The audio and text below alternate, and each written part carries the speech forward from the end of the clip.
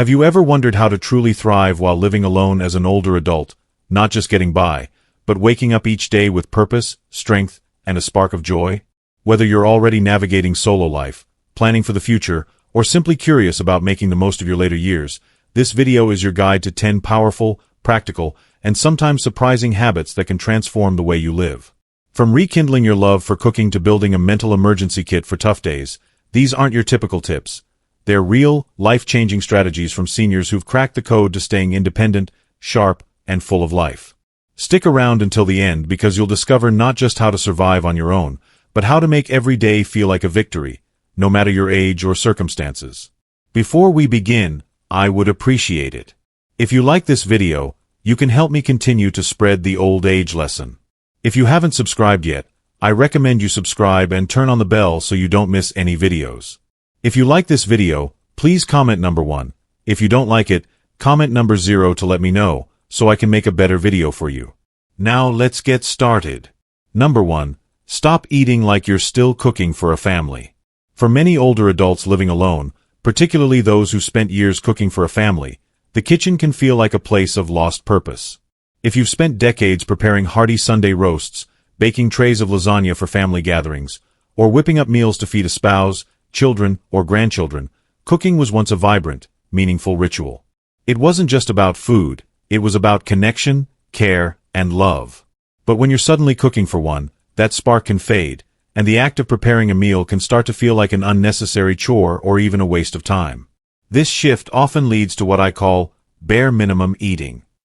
You might find yourself settling for toast and tea for dinner, a cold boiled egg with a few crackers, or if you're feeling particularly fancy, a microwaved frozen meal. For some, it's a parade of TV dinners night after night, not because they love them, but because the effort of cooking for just themselves feels pointless. I've heard this story countless times from seniors, and it's often accompanied by a quiet admission, "I just don't see the point anymore." But here's the critical truth.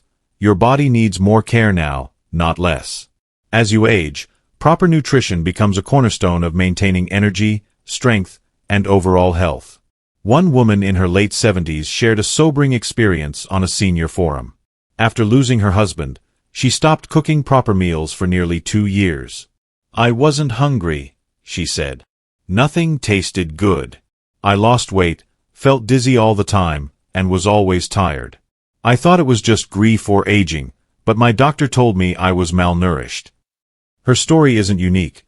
Malnutrition in older adults is a silent epidemic, often masked by the assumption that less appetite or simpler meals are just part of getting older. The solution isn't about transforming into a gourmet chef or spending hours in the kitchen. It's about reframing meals as an act of self-respect and self-care. Small, practical steps can make a big difference. For example, dedicate 30 minutes on a Sunday to preparing a pot of hearty vegetable soup or a simple casserole. Portion it into single servings and freeze them for easy, nutritious meals throughout the week. Stock your kitchen with healthy, low-effort snacks like nuts, pre-boiled eggs, hummus, fresh fruit, or cut vegetables, options that are far more nourishing than chips or cookies. Beyond the food itself, consider the ritual of eating. Set a proper place at the table, even if it's just for you. Turn off the TV, put your phone aside, and focus on the meal. This small act can transform eating from a task into a moment of mindfulness and self-worth. Many seniors have rediscovered joy in cooking by treating themselves like someone who matters. Some experiment with fresh herbs to elevate simple dishes, try new recipes scaled for one, plenty are available online, or join virtual cooking communities where they share tips and ideas with others in similar situations. One retiree shared how she started growing basil and parsley on her windowsill, which gave her a reason to experiment with new flavors. Cooking for one doesn't mean you're less important than the family you once fed. You're still cooking for someone who deserves care and nourishment, yourself.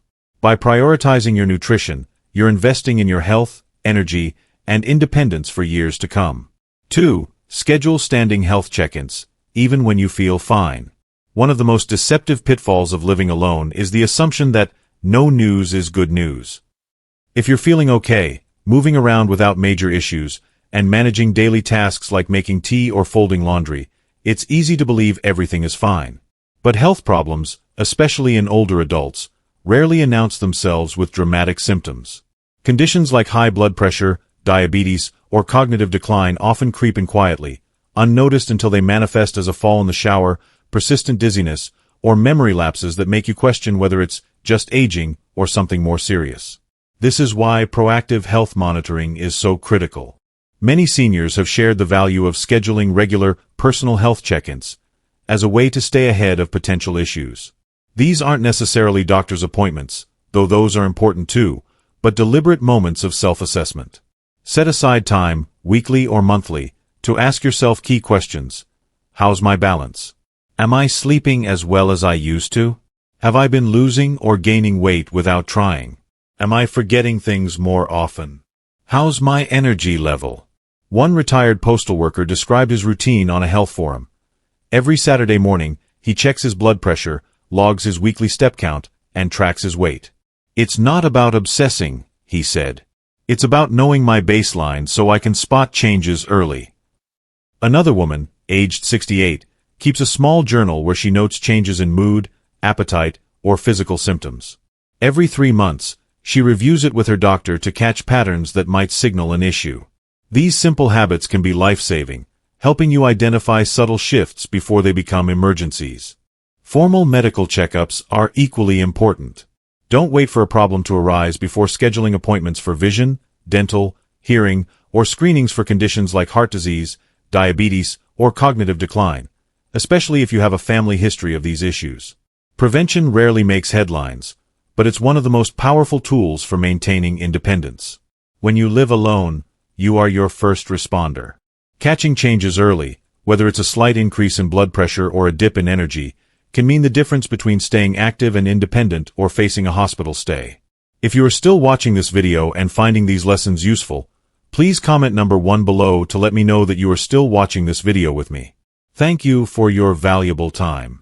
3. Build a safety net team, even if you never call them. Living alone as an older adult often comes with a fierce sense of independence, and that's something to celebrate. But no matter how capable you are, emergencies don't discriminate. A power outage that lasts 3 days, a slip in the bathroom, or running out of medication without a way to get to the pharmacy, these are real scenarios that happen every day. What's striking is how often seniors find themselves unprepared, not because they're frail, but because they haven't planned for the unexpected. A safety net team doesn't require a large circle of people. It just requires a few reliable ones. Think about this. If you fainted tonight or woke up with an irregular heartbeat, who would know? If you didn't leave the house for a few days, would anyone notice? One older man shared a simple but effective system. His daughter lives 300 miles away, so every morning, he sends her a one-word text, "Alive." If she doesn't receive it by 10 a.m., she knows to call him or ask a neighbor to check in. They've never had to use the system, but it provides peace of mind for both of them. Another woman took a practical approach by giving her neighbor a spare key and a sealed envelope containing her medical history, emergency contacts, and medication list. "I hope she never needs it," she said, "but if she does, I've made it easy for her to help." Your safety net could include a neighbor, a friend, a family member, a fellow church member, or even someone from your local senior center. The key is to communicate clearly. Let them know you live alone, share how they can reach you, and outline what they should do if something goes wrong. If you don't have people nearby, consider other options. Medical alert systems, like wearable devices that connect you to emergency services with the press of a button, are a practical solution. Some senior organizations also offer regular wellness check-in calls to ensure you're doing okay. These measures aren't about admitting weakness, they're about strategic planning. The goal isn't to rely on others, but to have the peace of mind that, if something goes wrong, you won't face it alone in silence. Treat loneliness like a health risk, because it is. Loneliness is one of the most insidious threats to older adults living alone, yet it's often overlooked because it doesn't present with obvious physical symptoms. Unlike a fever or a broken bone, loneliness creeps in quietly, eroding your well-being without fanfare. Research is clear. Chronic loneliness in older adults is linked to serious health risks, including heart disease, high blood pressure, weakened immunity, cognitive decline, depression, and even premature death. Studies compare its impact to smoking 15 cigarettes a day, a stark reminder that loneliness isn't just an emotional issue, it's a health crisis. Society often wrongly frames loneliness as a personal failing, as if feeling isolated means you're not trying hard enough to connect. This couldn't be further from the truth. Living alone doesn't inherently make you lonely, but prolonged disconnection, days or weeks without meaningful interaction, can take a toll faster than you might expect. One man shared a haunting reflection after his wife passed away. For an entire week, he didn't speak to another human being. "I had the TV on for noise," he said, "but by day 5, I started wondering why I even bothered getting up in the morning." The good news is that loneliness is treatable, much like any other health condition. The first step is acknowledging it without shame. From there, small, intentional actions can make a profound difference. Join a local walking group or book club to meet others with shared interests. Volunteer once a week at a community center or animal shelter. Schedule regular phone or video calls with an old friend or family member. Even small interactions, like attending a community fitness class or chatting with a neighbor, can help. One inspiring example came from an 82-year-old woman who started reading Harry Potter over Zoom with her neighbor's granddaughter. "We take turns reading chapters," she said. "She thinks I'm cool, and I think she's a little genius. It's the highlight of my week." These connections don't have to be grand. They just need to be consistent. Treat social interaction like medicine, a daily or weekly dose that keeps you grounded and engaged. You weren't meant to navigate life in complete isolation, even if you cherish your independence. By prioritizing connection, whether through a hobby, a community group, or a simple conversation, you're not just combating loneliness. You're safeguarding your health and well-being for the long haul. If you are still watching this video and finding these lessons useful, please comment number 2 below to let me know that you are still watching this video with me. Thank you for your valuable time. 5. Walk with purpose, not just steps. We've all heard the age-old advice. Keep moving. Motion is life, and staying active beats sitting on the couch any day. But when you live alone, especially as you age, you start to notice something. It's not just about putting one foot in front of the other. It's about why you're moving. A retired mechanic I met once shared a story that stuck with me. For years, he walked 5 miles a day out of sheer habit, clocking steps like a machine. But over time, the monotony drained him. "It felt like I was pacing in circles with nowhere to go," he admitted. "I stopped because it was boring, and I had no reason to keep going." What brought him back to walking wasn't a fitness app or a step counter. It was purpose. He started carrying a small camera to photograph birds in the local park.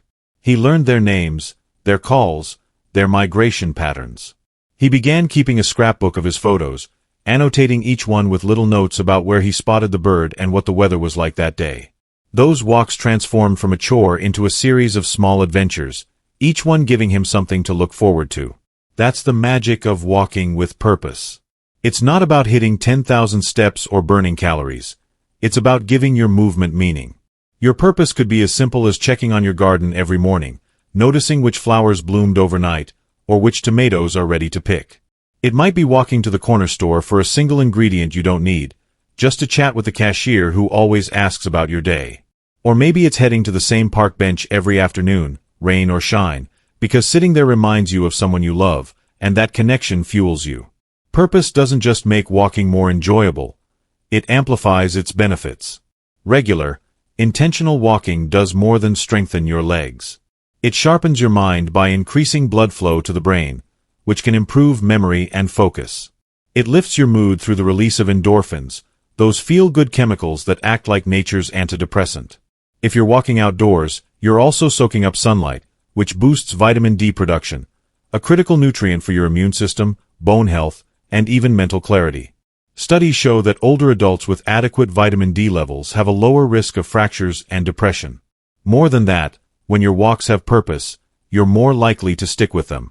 Even on cold mornings when your joints ache or the rain tempts you to stay inside, that sense of why, whether it's to see the first blooms of spring or to wave at a neighbor, pulls you out the door. One woman I know, a 78-year-old widow, described her daily walks as her therapy sessions. She said, "When I leave my house, I leave my worries behind. I walk to the river, watch the water move, and let my thoughts settle. By the time I get home, my heart feels steadier, and my mind is quieter." Her walks aren't just exercise, they're a ritual that keeps her grounded. So, don't just count your steps. Count the moments your walks bring you. The small joys, the quiet victories, the connections to the world around you. Find your why, and let it carry you forward, one purposeful step at a time. 6. Build a muscle bank, yes, even at 80. Here's a truth that doesn't get enough airtime. Muscle loss in older age isn't just about getting weaker, it's about losing your body's first line of defense. Muscle is more than biceps or the ability to carry groceries. It's a biological safety net. It cushions your joints, stabilizes your balance, and keeps your metabolism humming. Most critically, it's what helps you recover when life throws a curveball, an illness, a surgery, or a fall. For those living alone, strong muscles can mean the difference between getting up off the floor after a stumble and needing to call for help. They can determine whether you stay independent in your home or face the prospect of long-term care. Yet, too many older adults shy away from strength training after 60. Some think, I'm too old to start lifting weights, or I don't want to look like a bodybuilder. Others assume it requires a gym membership, fancy equipment, or the flexibility of a 20-year-old. But here's the reality. It's never too late to build muscle, and you don't need to deadlift a barbell to do it. Take the example of an 83-year-old man I heard about, a former accountant who never set foot in a gym. He started lifting gallon jugs filled with water while watching the evening news. Every morning, he does 15 squats while holding onto the kitchen sink for balance. Within months, his balance improved so much that he retired his cane. I feel like I'm in charge of my body again, he said, grinning. Another woman, 76, discovered chair yoga through free YouTube videos. I can't get down on the floor anymore, she admitted, but I can sit in a chair, stretch my arms, and breathe deeply. It makes me feel strong, not just in my body but in my spirit.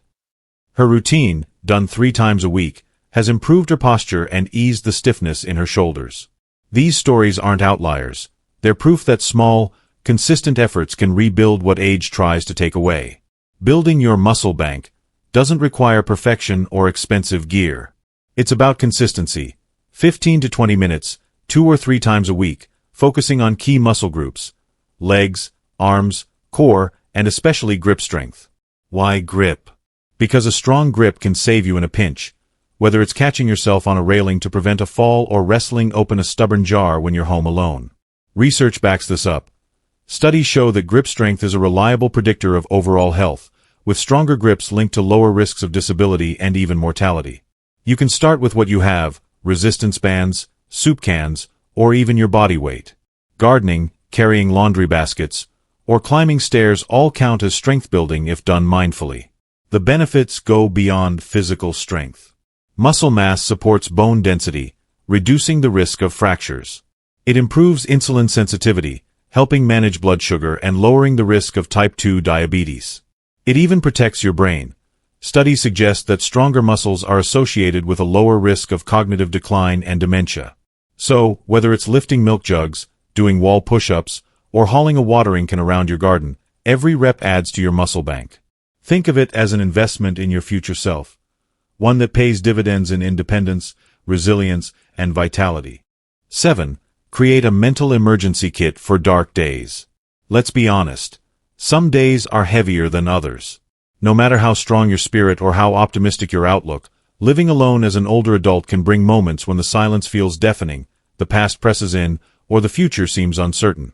Grief, loneliness, regret, or fear, they don't need an invitation to show up. They know where you live. That's why more and more seniors are building what's called a mental emergency kit. Not a physical bag, but a collection of tools, rituals, and reminders to help navigate those dark days and find the light again. One man, a 79-year-old widower, described his kit with quiet pride. It includes a faded letter from his late wife, written decades ago, that he rereads to feel her presence. He has a playlist of gospel songs that lift his spirits, each one tied to a memory of hope. And he follows a simple rule. No matter how low he feels, he steps outside for 10 minutes to feel the sun or breeze on his face. It's like a reset button, he said. It reminds me I'm still here, still part of the world. Another woman, 81, keeps a small wooden box on her nightstand. Inside are 5 items: a photo of her granddaughter's first school play, a dried rose from her husband's memorial service, a square of dark chocolate for comfort, a comic strip that always makes her laugh, and a note she wrote to herself during a brighter moment: "You've survived worse. This is not the end." These aren't cures for sadness, but they're anchors, tangible reminders of love, resilience, and joy that tether her when emotions threaten to pull her under. A mental emergency kit is deeply personal, shaped by what brings you comfort and clarity. It might include a short list of people to call, even if it's just to hear a familiar voice or share a quick story. It could be a ritual, lighting a candle, saying a prayer, or journaling a single, honest sentence about how you feel, no matter how raw. Some find solace in small actions, like brewing a cup of tea or rereading a favorite book passage. Others turn to creative outlets, like sketching or listening to a specific song that shifts their mood. The power of a mental emergency kit lies in its preparation. By assembling it on a good day, you're equipping yourself for the tough ones. Research supports this approach. Studies in psychology show that having pre-planned coping strategies can reduce the intensity and duration of emotional distress. It's not about avoiding pain, it's about knowing you have a flashlight to guide you through it. Dark days will come, but they don't last forever. With your kit in place, you're more likely to emerge with your dignity, your hope, and your sense of self intact. If you are still watching this video and finding these lessons useful, please comment number 3 below to let me know that you are still watching this video with me. Thank you for your valuable time. 8. Intermittent fasting with guidance. For many of us raised on the mantra of 3 square meals a day, the idea of intermittent fasting might sound like a fad or a drastic shift. But more and more older adults are discovering that when you eat can be just as important as what you eat, especially as your body changes with age. Intermittent fasting isn't about deprivation or chasing a trendy diet. It's about giving your digestive system a break, allowing your body time to repair and reset. As we age, our metabolism slows, digestion becomes more sensitive, and the risk of chronic conditions like diabetes, inflammation, and joint pain creeps up. Done thoughtfully, intermittent fasting can help counter these challenges. Take the example of a 72-year-old retired librarian who started a simple fasting routine, eating between 9 a.m. and 6 p.m., cutting out late-night snacks. "I used to munch on crackers while watching TV," he said. "But giving my stomach a rest before bed changed everything. I sleep better, my acid reflux is gone, and I have more energy in the morning."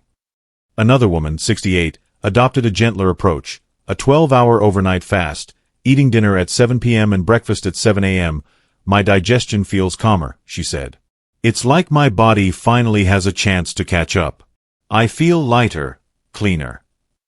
Intermittent fasting, when done correctly, can offer real benefits. Research suggests it may improve insulin sensitivity, reduce inflammation, and even support brain health by promoting the production of brain-derived neurotrophic factor, BDNF, a protein linked to cognitive function. For older adults, it can also ease digestive strain and improve sleep quality, which is critical for overall health. But, and this is crucial, it's not for everyone. If you have diabetes, are underweight, or take medications that affect blood sugar, you must consult your doctor before trying it. No exceptions. For those who are generally healthy, starting small can make a big difference. A 12 or 14-hour overnight fast is often enough to give your body a reset without feeling overwhelmed. The key is to approach it with balance, not obsession. It's not about starving yourself or skipping meals out of guilt, it's about creating space for your body to heal.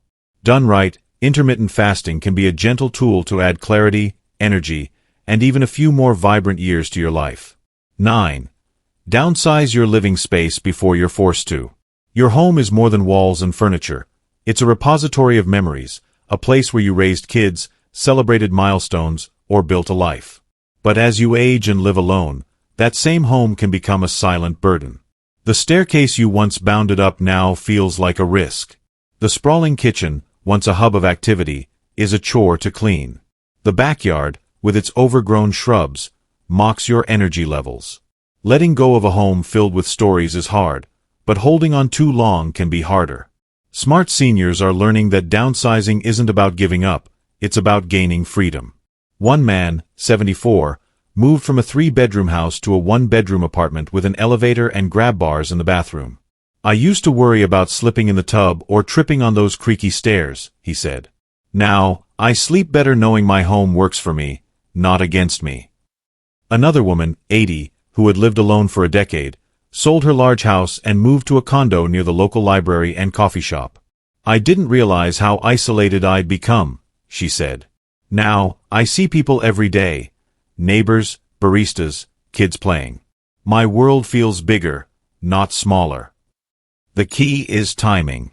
Downsizing on your terms, while you're still mobile and clear-headed, lets you shape your new space around your current needs, not the life you lived decades ago. A smaller, safer home reduces fall risks, lowers maintenance stress, and puts you closer to support systems like neighbors or community centers. Research shows that environments designed for accessibility can extend independent living by years, reducing the likelihood of injury-related hospitalizations. Downsizing doesn't mean erasing your past. You can keep cherished items, a favorite armchair, a photo album, and let go of what no longer serves you. Think of it as curating your life for the present, making room for ease, safety, and new possibilities. When you choose to downsize proactively, you're not just clearing space. You're creating a home that supports your independence and adds years to your life. If you are still watching this video and finding these lessons useful, please comment number 4 below to let me know that you are still watching this video with me. Thank you for your valuable time. 10. Sleep like it's your medicine, because it is. There's a strange pride some older adults take in saying, "I don't sleep much anymore," as if sleeplessness is just part of aging. But poor sleep isn't a badge of honor. It's a health risk. Sleep is when your body repairs itself. Your brain processes memories, your heart rate stabilizes, your blood pressure regulates, and your immune system recharges. Skimp on it, and you're more likely to feel foggy, irritable, or forgetful. Worse, chronic sleep deprivation is linked to serious issues: heart disease, diabetes, weakened immunity, and even cognitive decline.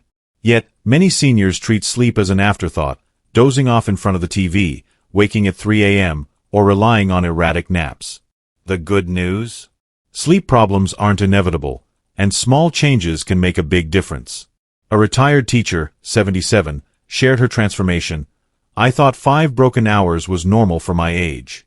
Then I cut caffeine after noon, got blackout curtains, and started a wind-down routine. Soft music, a warm bath, no screens.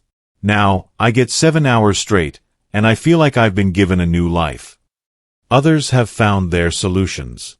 One man, 82, treats bedtime like a sacred ritual. No devices, a cup of chamomile tea, a short prayer, and cozy socks. "I fall asleep smiling," he said. Another swears by a sound machine that mimics ocean waves, while a woman credits journaling for 10 minutes to unload the day's mental clutter. Magnesium supplements, warm baths, or gentle stretching before bed can also help. The science is clear. Quality sleep is a cornerstone of health. It reduces inflammation, improves memory consolidation, and strengthens your body's ability to fight illness. For older adults living alone, good sleep also supports emotional resilience, helping you face each day with clarity and calm. So, treat sleep like a priceless heirloom. Protect it with intention. Create a consistent bedtime, limit stimulants, and craft a soothing pre-sleep routine. Your body, mind, and spirit will thank you. Wow, we've just unpacked 10 incredible habits that can transform the way you thrive while living alone as an older adult, from treating your meals like acts of self-respect to building a mental emergency kit for those tough days. I hope these stories and strategies from resilient seniors have sparked some inspiration for your journey. So, what have you learned so far? What's one habit or idea from this video that you're excited to bring into your life? Drop it in the comments below. I'd love to hear how you're planning to make these work for you. If you like this video, please leave your comment below, and don't forget to like, share, and subscribe to our YouTube channel for more real talk and practical tips to keep you thriving.